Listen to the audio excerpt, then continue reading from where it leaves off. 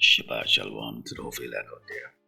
Lord willing, the elect will be edified after this lesson. But first, we'd like to give all glory and honor to Yahweh, Ba'ashem, Yahushai, Ba'ashem, Rakatash. Double honors to teachers, elders, and apostles of great stone, likewise, brothers, but not the truth. Faithfully, fearlessly feeding the sheep and new brothers and sisters. We Shalom. Today's lesson is titled Evil Days, Evil Men.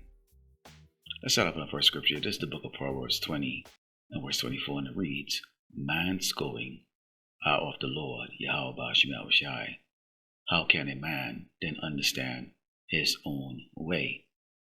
We look into the headlines, we look around us, and all we see is what? People doing evil. You have people doing good.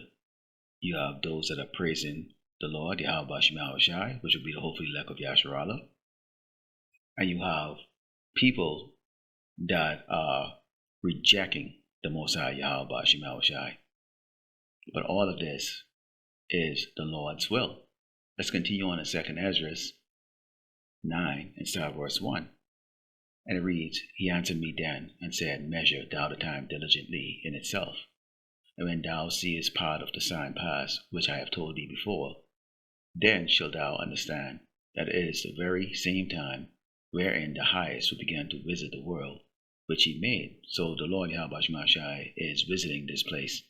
Hence why we see earthquakes, war, famine, sedition amongst men. Evils are building up. And in the meantime, you still have people, many of them from our tribe, the so-called blacks, the Americans, Latinos, and Hispanics, who are the true biblical Hebrew Israelites, are in a state of murk, ignoring the warnings from the prophet. Continuing, it says, Therefore, when there shall be seen earthquakes and uproars of the people in the world, then shalt thou well understand that the Most High spake of those things from the days that were before thee, even from the beginning. Check this out.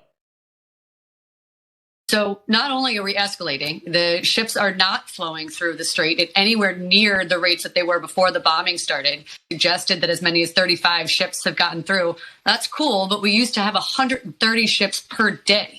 And the reports are coming in that Chinese ships are being turned around and are not being permitted access through the strait. So what happens, and really the way that I'd look at it, is that gas is your first indicator. What comes next is shipping. And by that, I mean transit across America on trucks that you see for Amazon or Target or Walmart. Those are all now more expensive. Diesel prices are well above $5 at this point nationwide. What happens after that is your food gets more expensive. Everything that you're buying on the shelves at Walmart that got delivered from those trucks coming through paying diesel prices, they came off of the strait and came out of oil and gas prices that are 21% higher and leading directly to inflation. So Oxford Economics is anticipating that inflation will hit 4%, and that means no Fed rate cuts. That means Fed rate hikes. Your mortgage is more expensive. It's harder to create a new business. You're talking about a seize up structurally. Gas is just the first thing that we see. Let's talk about food prices. What's going to happen with my groceries? How much higher are they going to go? Well, if gas is up 20%, you should see the ripple effects that are pretty substantial. 40 to 50% of the cost of your food comes from the cost of fertilizer and everything that's locked up in the strait. So nitrogen, urea, all of the fertilizer components are about half of the cost of your food. So if that is increasing from, $70 a barrel before the bombing started, and now we're at 102, that's going to compound. And I suspect that as we get into seize up territory with these tankers, which is where we continue to be, you're going to see that continue to escalate. And for diesel, it's worse. And that's, of course, what the farmers not only use for fertilizer, but to run their tractors, to run all their farm equipment. I mean, the prices trickle out. We should start to see that hit around April 29th. And as you saw in that video, what was the two things that they spoke about? Gas price or diesel price, and all of the things that's associated with that, which is what? Basically the ability to deliver goods and services. And without that, the lives of people are going to change across this earth, and particularly here in Great Babylon, America, which is more of a consumer society. They mention food prices. Which they're not getting into famine. But if you don't have the ability to purchase food, you're going to go into a famine. And for those people who will be in those financial straits to the point where, they can't get anything, they're going to resort to committing, what is known as crimes, okay? Thievery. Hence, we're going to see how things are going to break out, that chaos that these elites, look at these evil men that are looking to bring forward a new world order, okay? This is what they are looking to get. And it's working in their favor, at least right now.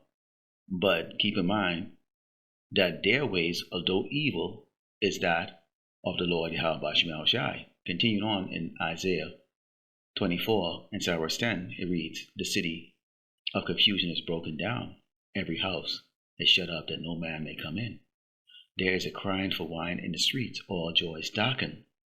The mirth of the land is gone. In the city is left desolation, and the gate is smitten with destruction." So a place that was once thriving, people didn't have to think about food.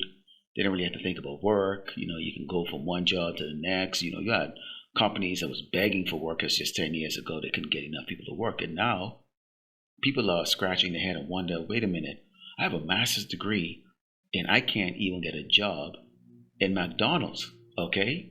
They're looking at that site, Indeed.com, and saying these jobs are ghost jobs. They don't exist. What the hell is going on? I'm $100,000 in student loan debt. I should have a job, and you can see that anticipation of having this great future. Okay, a reality check is starting to come to many of these people, and they're voicing this, okay, online. All right, continuing on into Ecclesiasticus 13, and verse 8 reads, "Beware that thou be not deceived and brought down in thy jollity." Now let's take a look at that word jollity. And it means jollity is a noun form of jolly, referring to the state of being cheerful, lively, and merry, often characterized by laughter and celebration. It embodies high spirit, conviviality, and fun, and can also refer to a festive party-like atmosphere. So you have people, okay, that the party must go on no matter what. They're going to party to the very end, okay, and they're in that spirit. Okay, and then you have those of us who are in constant prayer and anticipation, because we know what's taking place is what? I brought it out in 2nd Ezra 9, verse 1, where we are measuring the time diligently, because the Lord, Yahweh Shemel Shai, the Most High, is visiting this place, okay, and he's judging the earth as we speak right now. Now take a look at what Jake then missed. This could have turned out to be very bad. Check this out. Officers in Florida say they arrested a man traveling from North Carolina to Louisiana to commit a mass shooting. The Okaloosa County Sheriff's Office arrested Christopher Gillum of Chapel Hill last night. The arrest was tied to a warrant out of Orleans Parish for making terrorist threats. Deputies recovered a handgun and approximately 200 rounds of ammunition from Gillum's hotel room. Investigators say he was traveling to a festival to conduct a mass shooting where he planned to kill black people. Gillum, who is awaiting extradition to Louisiana, previously worked as an Orange County deputy from January to September 2025 and as a police officer in Carolina Beach from October 2019 to October 2020 and in Chapel Hill from 2004 to 2019. Now you saw in that video that ex-cop, he was looking to go do what? Basically put a lot of so-called blacks into the spirit world. So here it is, Jakes, you're in the house of mirth, and you in this spirit, this jollity spirit, and there's people like this who've lost it all are looking at you to take their anger and hatred out on. In fact, let's go into Ecclesiastes 7 and verse 2. It reads, "It is better to go to the house of mourning than to go to the house of feasting, for that is the end of all men, and the living will lay it to his heart." So we constantly think about the judgment that the Lord Yahweh Shemel Shai is going to bring upon the earth. We constantly think about whether we're part of the elect that he's going to save out of it, whether we're going to be saved from starvation, the sword, okay, imprisonment, the nuclear fire that's going to be devouring this place in the end. We constantly thinking about that. Other people, hey, I got food, I got a little bit of dollars, I got some savings, some 401k, blah, blah, blah. They're out there having fun. Okay? They're out there having fun. And what could have happened out there could have been basically what they call a mass killing or mass murder. Okay, let's go to Proverbs 21 And verse 12, it reads, the righteous man wisely considered the house of the wicked, but power overthroweth the wicked for their wickedness. What are we considering? That what this man is doing is scriptural. It is prophecy. He is ultimately doing the will of the Lord, Yahweh Shema Shai. There's no good in him. He has to do his part. He's a hireling.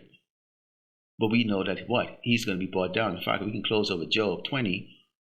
And verse 4 reads, knowest thou not this of old, since man was placed upon earth, that the triumphant of the wicked is short, and the joy of the hypocrite but for a moment.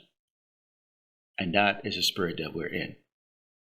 All of this evil have to come to pass, but it's only for a moment.